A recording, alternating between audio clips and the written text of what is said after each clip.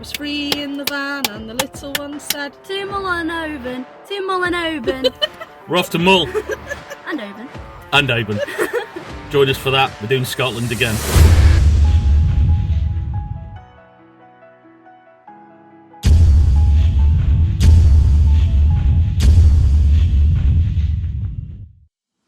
Welcome back, folks, to another birding adventure, and a very special one, as we were heading back to Scotland. This time, though, things were a little different, as our destination was the fantastic Island of Mull. We spent most of the day driving, and as it came into evening, we got closer to our overnight destination, a beautiful spot about 20 minutes outside of Oban, where we were going to sail to Mull from the following day. The road to our picturesque overnight spot took us down a single-track road, although our arrival was soon to be delayed. Ironically, Olivia had mentioned not long before that she was looking forward to seeing Highland cows on this trip, but she didn't expect to see them quite this close. After about 10 or 15 minutes of very slow driving behind the herd of cows, we were soon parked up. We had a short walk and then settled down for the night. Hey folks, well, it's lovely to be back in Scotland after a few weeks. We are parked at the last place we parked, and today are heading back to where we kind of ended our last Scotland video, Oban. But this time, we're going to sail over to the island of Mull.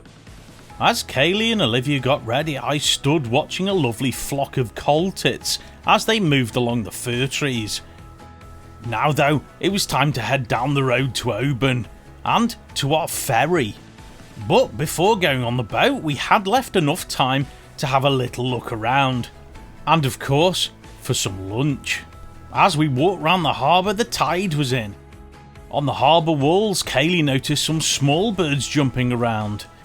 These were a group of wonderful rock pipits, and there were 3 of them present here today. I watched these for a few minutes until the rain started coming down pretty heavy, so I caught up with the girls, and we headed further down the harbour to where we were going to get our lunch. A lovely little seafood bar. We joined the queue and ordered a seafood platter, something we like to enjoy on every visit to Oban. Kaylee's doing a food dance. Yeah, we're back at Oban eating wonderful, wonderful seafood. Look at that. Whilst eating this delicious food, we were constantly overlooked by gulls. These birds hoping for scraps. Unfortunately for them, they weren't going to get any from us. With full tummies, Kaylee and Olivia went into the shops, while I wandered down the harbour after seeing a shape in the water. After this bird doing a lot of diving under and showing up in completely different places, I managed to finally track it down and discovered it was a black guillemot. This one molting into its not so black winter plumage. I watched it for quite some time as it fished quite close in near the harbour walls, and one time it came up quite successful with a small flatfish, although it spent quite a lot of time trying to work out how to swallow it, eventually succeeding. This species breed in the harbour walls here, but do disperse a little in winter, so I was happy to see this individual today, as I failed to see one last time we were here. Now though, it was time to catch up with the girls and head towards the port as we had a ferry to catch. After a short wait, we were loaded on and underway, heading across a thankfully pretty calm sea, over to the fantastic island of Mull in the Inner Hebrides. We generally do try and visit Mull once a year and have done for the last 3 years, as we absolutely love the place.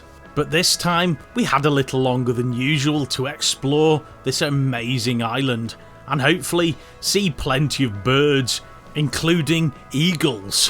When we arrived though, the weather had different ideas. It was absolutely hammering it down, something we would have to get used to over the next few days. At this point though, we hunkered down in the van for an hour or two and waited for it to calm a little. We'd parked in a spot we had on previous visits, on the edge of Loch Keel. And from the relative dry of the van we could see some birds out there, including some shorebirds like this curlew, and near us on some grass, a species we were going to get really used to, the grey heron. Eventually the rain eased off somewhat, so we braved it and ventured out onto the shore to see what birds are about. The first thing we found though wasn't a bird at all, it was a small dolphin carcass.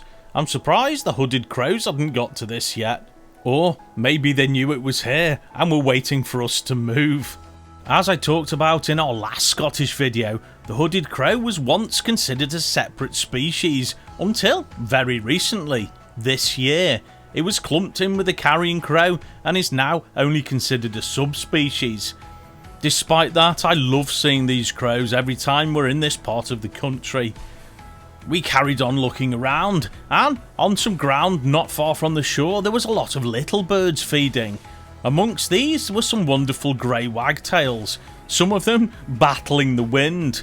These were joined by loads and loads of meadow pipits, a bird that's very common on Mull. We soon noticed our first bird of prey of the trip. Unfortunately, not an eagle yet. This instead was a buzzard. This handsome bird was hovering over some fields behind where we'd parked the van. We watched it for a short while until the rain came in again. We retreated back to the van, decided to have our evening meal. Then, when the rain eased off again, some madness ensued. Not cold, is it? It's not cold, is it? Stupid idea at 8 o'clock at night. Just a little bit of cold water. A little bit. Oh, it's not a bit warm. You're both nutters. Oh, hello. And my socks. You big weirdos. I chose not to be part of this madness. I suggested they both go swimming. They didn't. Nevertheless, it was getting late and we were slowly losing the light. So we headed back to the van, had a beer and watched the sun go down over this absolutely stunning island. The following morning we woke up to relatively dry weather, although this was going to be short-lived. This morning we had something really exciting planned. Good morning. How beautiful is Mull? Gorgeous, absolutely stunning. It's amazing. We were booked to go on a boat trip this morning, and unfortunately, The boat trip as well. on account of the weather, it got cancelled yesterday. But the weather's... But the weather's not actually that bad at the moment. Yeah, it might go bad though, mightn't it? So we're going to go and have an explore, see if we can find some eagles. Stay with us. The boat trip we'd booked had been advertised as a Sea Eagle adventure and promised close views of these massive birds of prey, amongst lots of other things too. So we were pretty gutted we couldn't go on it this morning, and were hoping that the forecast for the rest of the week wasn't right, as it seemed to be just constant rain. Regardless, we set out round the island in the van trying to find our own eagles, and whatever other birds we find too. We drove round towards the south of the island, as we knew there was a shop there and we needed some groceries, but en route we saw plenty of birds, including lots of different species of waders and gulls, and lots of hooded crows. We did stop at one point as we saw some small birds feeding on the gravel. These turned out to be a mix of siskins and what appeared to be young redpoll, and in this instance, lesser redpoll. Now these, like the crows before, were once a separate species from their other redpoll counterparts, like the common or mealy redpoll and the Arctic redpoll, but now have been clumped in together and are considered subspecies. Our rainy island exploration took us through some absolutely breathtaking scenery, and eventually we got to where we were going to do some shopping. When we arrived, the rain was pretty torrential, but I noticed a couple of birds in the water in front of us, and despite the bad weather, I stayed by the van to check them out, whilst Kaylee and Olivia rushed to the shop to find groceries and shelter. These birds, though, were well worth getting soaked for. They were red-throated divers and still in pretty much full breeding plumage. Something I'd never seen before. I'd only really seen them in the winter, where they're still extremely elegant birds, but duller in appearance, a pale grey. This species do breed in the UK, but are restricted to northwest Scotland and small parts of northwestern Ireland too. There's only about 1,300 breeding pairs in the country, but this number increases tenfold in winter, when this species could be seen almost anywhere around the coast of Britain. I'd heard red-throated divers last time we were in Scotland at Loch Ruthven, but failed to see them. So despite being wringing wet through, I was absolutely over the moon to see these birds here today. We continued driving, following the road to the south of the island, stopping occasionally at picturesque looking bays to ogle the fantastic scenery and to check out the birds that were present. No bay was complete without either grey wagtails, meadow pipits, gulls, hooded crows, curlews, oyster catchers, or the ever super common grey herons. And despite the really bad weather, we really enjoyed exploring this area of the island. We even ended up going further than we'd been before, right to the tail end of Mull, where we had a crazy idea. Hey folks, we yeah, in a break in the rain, we've decided to make a mad journey. We're gonna travel over to the island of Iona on a little ferry. We've only got a couple of hours because they stopped sailing at 6. So we're gonna have a bit of an explore on foot. Yay! We walked past the very vocal Rook sat on a lamppost and joined the queue for the ferry, which thankfully didn't take long as we were being chewed to bits by midges. And after a short wait, with the ferry being next to an extremely artistically painted rock, we were on our way. A short 10-minute ferry journey over to the wonderful island of Iona, somewhere we'd never been to before. But an island that was on my radar, and somewhere I had wanted to go. I'll explain that shortly.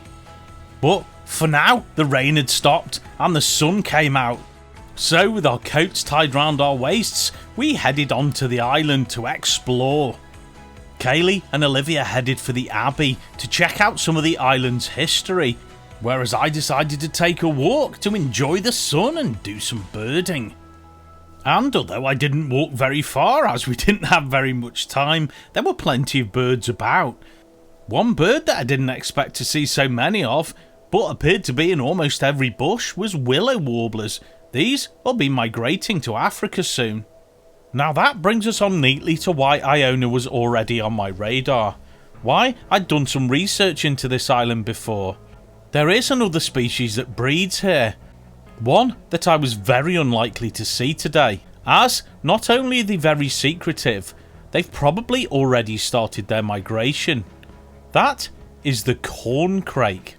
A species that is a UK breeder, but has a very small breeding distribution, and quite a small breeding population too. I did once get very brief views of a corncrake when one showed up out of its range at Carr Lane in Hale near Runcorn back in June 2015. This view was distant and brief, and it's a bird that Kaylee's never seen. So a return journey to Iona earlier in the year may be on the cards for the near future. As I was wandering about soaking up the sun, Kaylee and Olivia were checking out the Abbey. Unfortunately, due to the time we arrived, they didn't have a long time to look around, as it was just about to close. But regardless, they made the most of it, soaking in the rich history of the island, one of the oldest Christian religious centres in Europe, with a monastery being founded on the site as early as 563 AD. Since then, both the abbey and a nunnery were built here. Over the following centuries, the abbey withstood weather, Viking attacks, and the passing of time. Although by the end of the 19th century, most of the abbey was in ruin, with some of the buildings roofless, restoration began taking place in the early 20th century, culminating in a very extensive recent renovation funded by the Iona community itself. back to my birding, and I'd found a place by one of the hotel gardens where there was loads of birds about feeding on the ground, including house sparrows, robins, blackbirds and starlings, and in the bushes, the ever common willow warblers here. I watched them for a short while, then caught up with Kaylee and Olivia, as it was nearly time to get back on the ferry. Although this had only been a short visit to Iona, it was well worth it and we all enjoyed ourselves.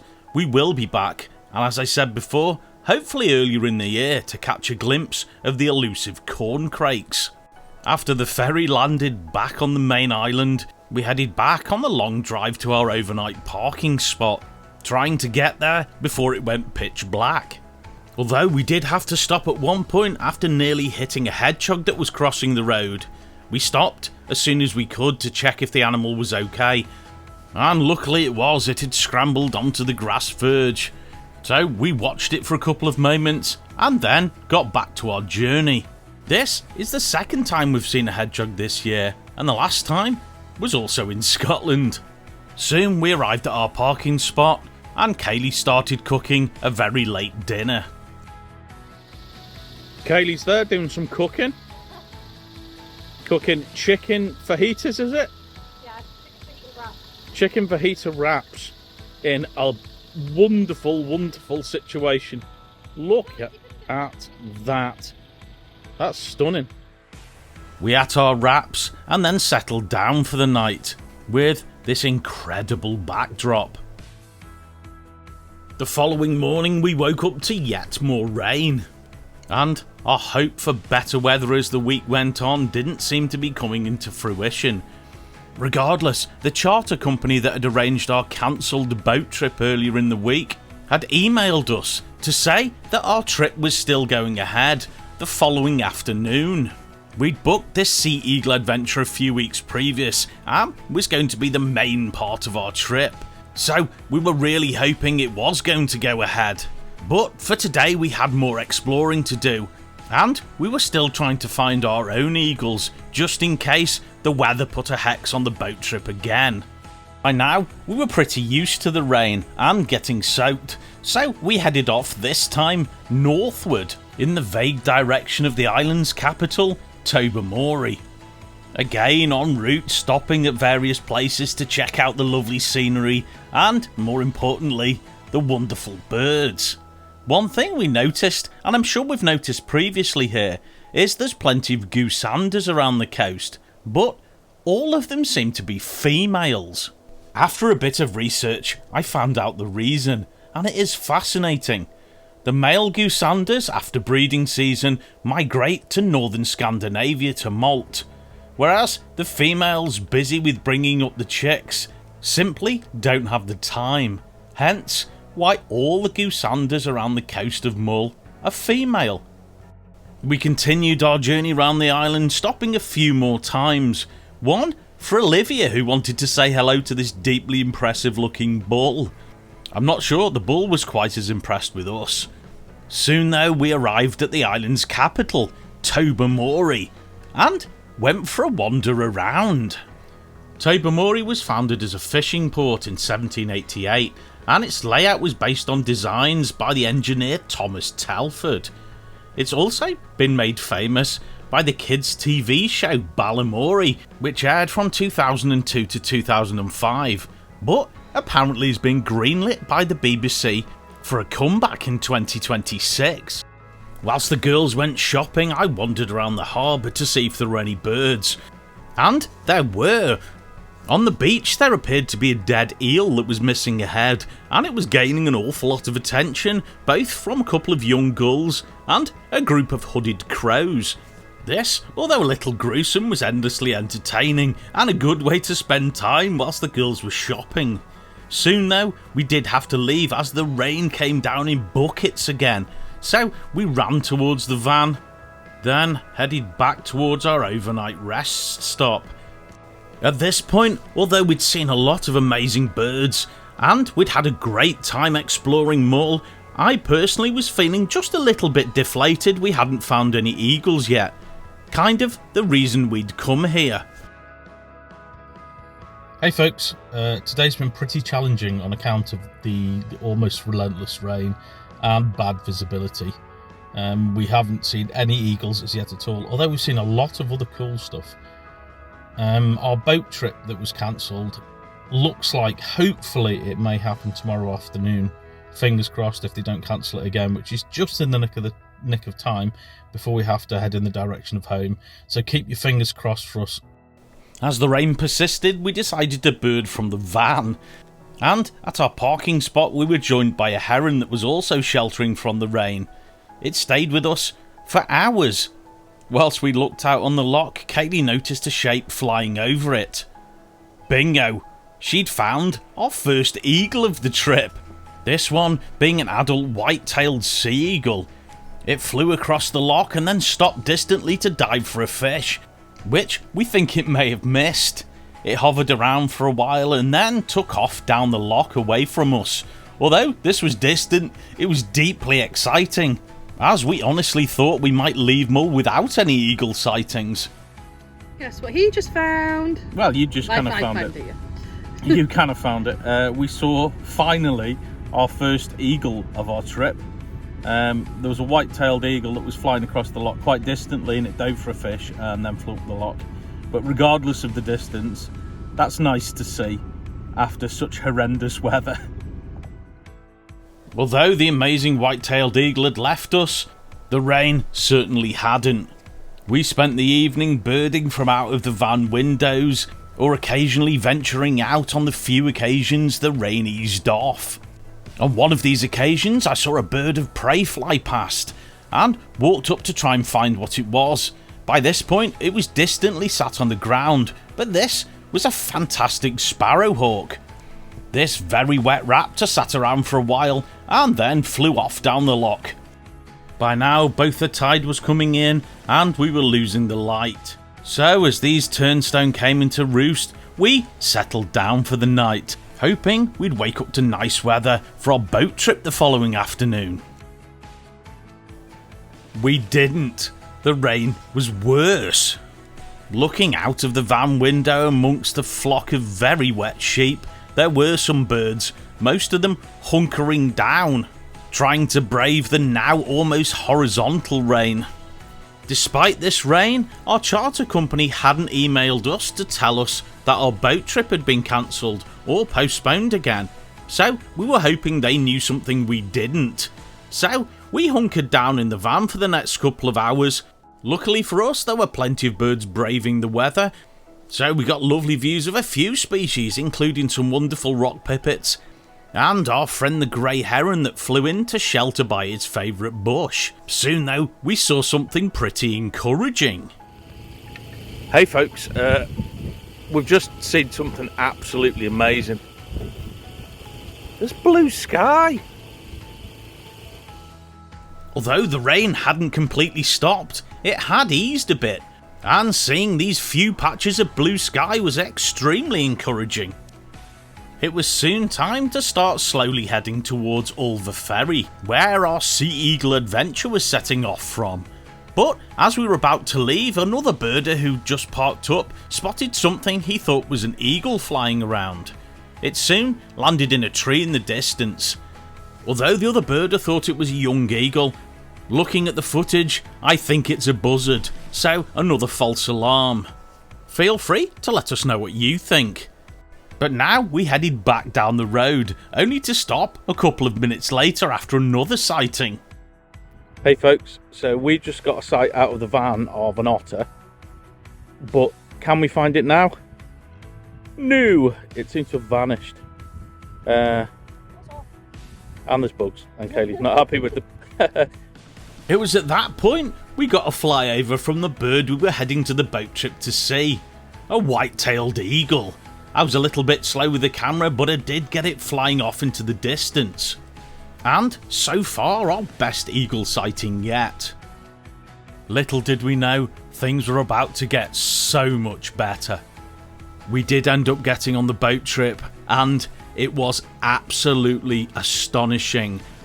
Probably the best wildlife experience we've ever had in this country. To see that, tune in next week. Thanks so much for watching our wet mull adventure so far. Please like, please subscribe, and please press that notification bell. See you next week. You're not going to want to miss this one.